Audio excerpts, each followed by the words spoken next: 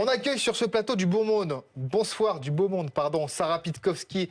Merci de nous avoir rejoints. Vous êtes joueuse de tennis et consultante RMC Sport. Abel Boilly, bonsoir, éducateur, président de l'association Tous Unis, qu'on parlera beaucoup d'ailleurs du rêve olympique de ces jeunes. Et puis Chloé Sauvourel, bonsoir, merci d'être ici. Vous êtes nageuse de haut niveau. Vous avez porté le drapeau pour la République centrafricaine aux Jeux Olympiques de Rio en 2016. C'est bien ça? C'est ça. Bon, très bien. Et puis, à vos côtés, Francky Mboto, vous êtes coureur de demi-fond, justement, centrafricain également. Exact. D'abord, peut-être un mot sur cette cérémonie. Dans la tête des sportifs, quand on aborde cette cérémonie d'ouverture avec ces porte-drapeaux, avec ce public qui nous encourage, qu'est-ce qu'on ressent? Le décompte est officiellement lancé. Je pense que c'est ce qu'on ressent. Il y a tout le monde qui nous regarde. Ça devient concret, en fait. Même sous la pluie, ça reste la plus belle ville du monde. Absolument. En tout cas, sur les images, on ne voit pas qu'il pleut tant qu'ils ne font pas de gros plans. Sauf avec nos journalistes qui ont le parapluie. Mais... Abel Boilly, il faut qu'on parle évidemment de l'héritage de ces Jeux Olympiques, parce qu'il va y avoir... justement, ces constructions, ces infrastructures qui vont vivre après les Jeux Olympiques, dans des quartiers qui en ont besoin, notamment en Seine-Saint-Denis. Tout à fait. Pour moi, il y a 3 enjeux qui sont importants en tant qu'acteur de terrain. Vous savez, mardi soir, j'étais à Beauvais, au quartier Saint-Lucien, dans ce qu'on appelle Action en pied d'immeuble. Donc, on était là, dans une ambiance multigénérationnelle. Et j'ai face à moi un groupe d'adolescents qui me dit la chose suivante que j'ai trouvée très forte. En tant que jeune de cité, on ne veut plus être assimilé uniquement au football.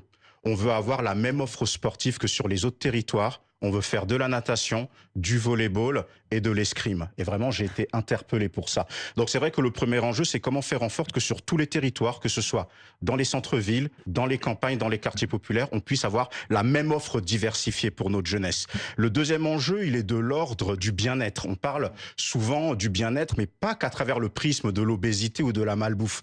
On est quand même dans un pays où il y a un quart de la population qui est addict aux antidépresseurs. Il y a un suicide toutes les 40 minutes. On sait que c'est les 16-24 ans, il y a de graves problèmes, des troubles du comportement alimentaire, les TCA, anorexie, boulimie.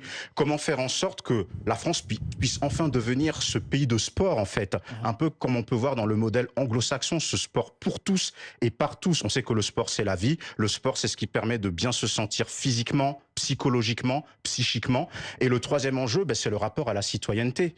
On le voit au travers des Jeux Olympiques, le rapport au drapeau, le rapport à l'hymne national. Et pour nous, les acteurs de terrain qui sommes souvent auprès de jeunes qui peuvent être en décrochage, que ce soit social, scolaire, professionnel, culturel, comment au travers du sport, on peut rajouter plus de cérémonial citoyen, mais dès le bas niveau. Pourquoi attendre d'être en équipe de France pour chanter la Marseillaise? On peut commencer dans tous les clubs dès l'enfance, et je pense que c'est des choses qui peuvent marquer l'histoire du sport. Ce n'est pas que l'histoire du palmarès sportif, c'est aussi l'histoire de France. Le sport a évolué avec les temps de prospérité, avec les temps de guerre, avec les temps de crise sociale, et a toujours été un vecteur qui permettait à l'être humain de s'évader et de rêver. Donc comment aussi rattacher une partie de cette jeunesse à la citoyenneté française au travers du sport? Voici le troisième enjeu.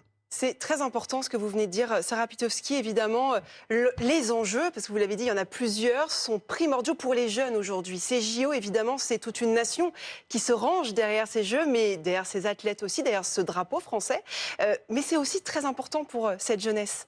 Oui, il y a les devoirs d'exemplarité, c'est extrêmement bien dit, mais il y a le fait aussi de voir pendant 15 jours des athlètes de différents sports, et c'est souvent là que se nourrit une envie, une passion, et ces mêmes sportifs, quand vous leur demandez comment ils ont commencé, ils ont souvent vu une image, un athlète, un champion à la télé, et ils ont voulu faire pareil. Abel Boilly, c'est ça aussi quelque part, être français, c'est être ambitieux, se dire que voilà, jamais une cérémonie n'a été faite dans ces conditions-là, sur un parcours aussi compliqué à sécuriser, qui a été très critiqué.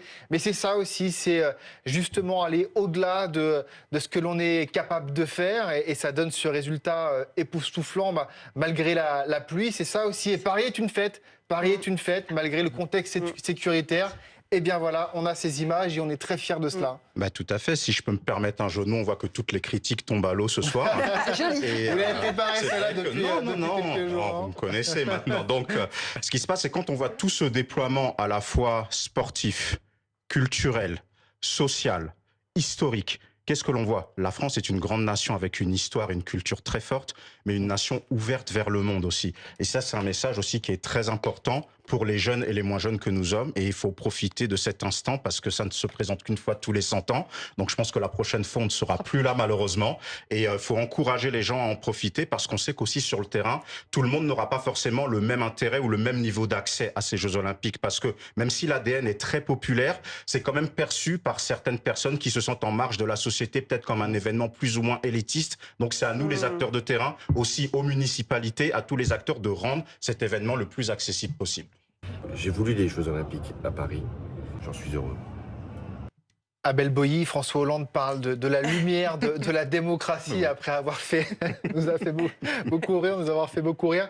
Et c'est vrai qu'il y avait ce témoignage tout à l'heure d'une spectatrice qui s'était dit particulièrement émue de voir justement ce bateau et cette délégation des réfugiés. C'est aussi un élément fondateur de l'olympisme, donner voix à ces personnes. Bien entendu, on parle souvent du vivre ensemble et je pense qu'au travers des Jeux Olympiques, on peut aller plus loin que le vivre ensemble. On peut passer au stade du faire ensemble pour construire ensemble quelque chose de plus grand. Et c'est vrai que c'est important toujours de donner ce message. Tout à l'heure, il y a un monsieur que vous aviez interrogé dans la rue qui a dit une phrase très forte. Ce soir, il n'y avait pas les Français d'un côté, les étrangers de l'autre, il n'y avait que le peuple du monde. Et moi, c'est une phrase qui m'a particulièrement touché. Je pense que c'est une très belle note qui va lancer vraiment ces 2 semaines de folie au sens positif du terme. Et tout le monde est ensemble, évidemment, pour mettre en valeur ces Jeux et ces sportifs, et évidemment, notre belle capitale qui est Paris.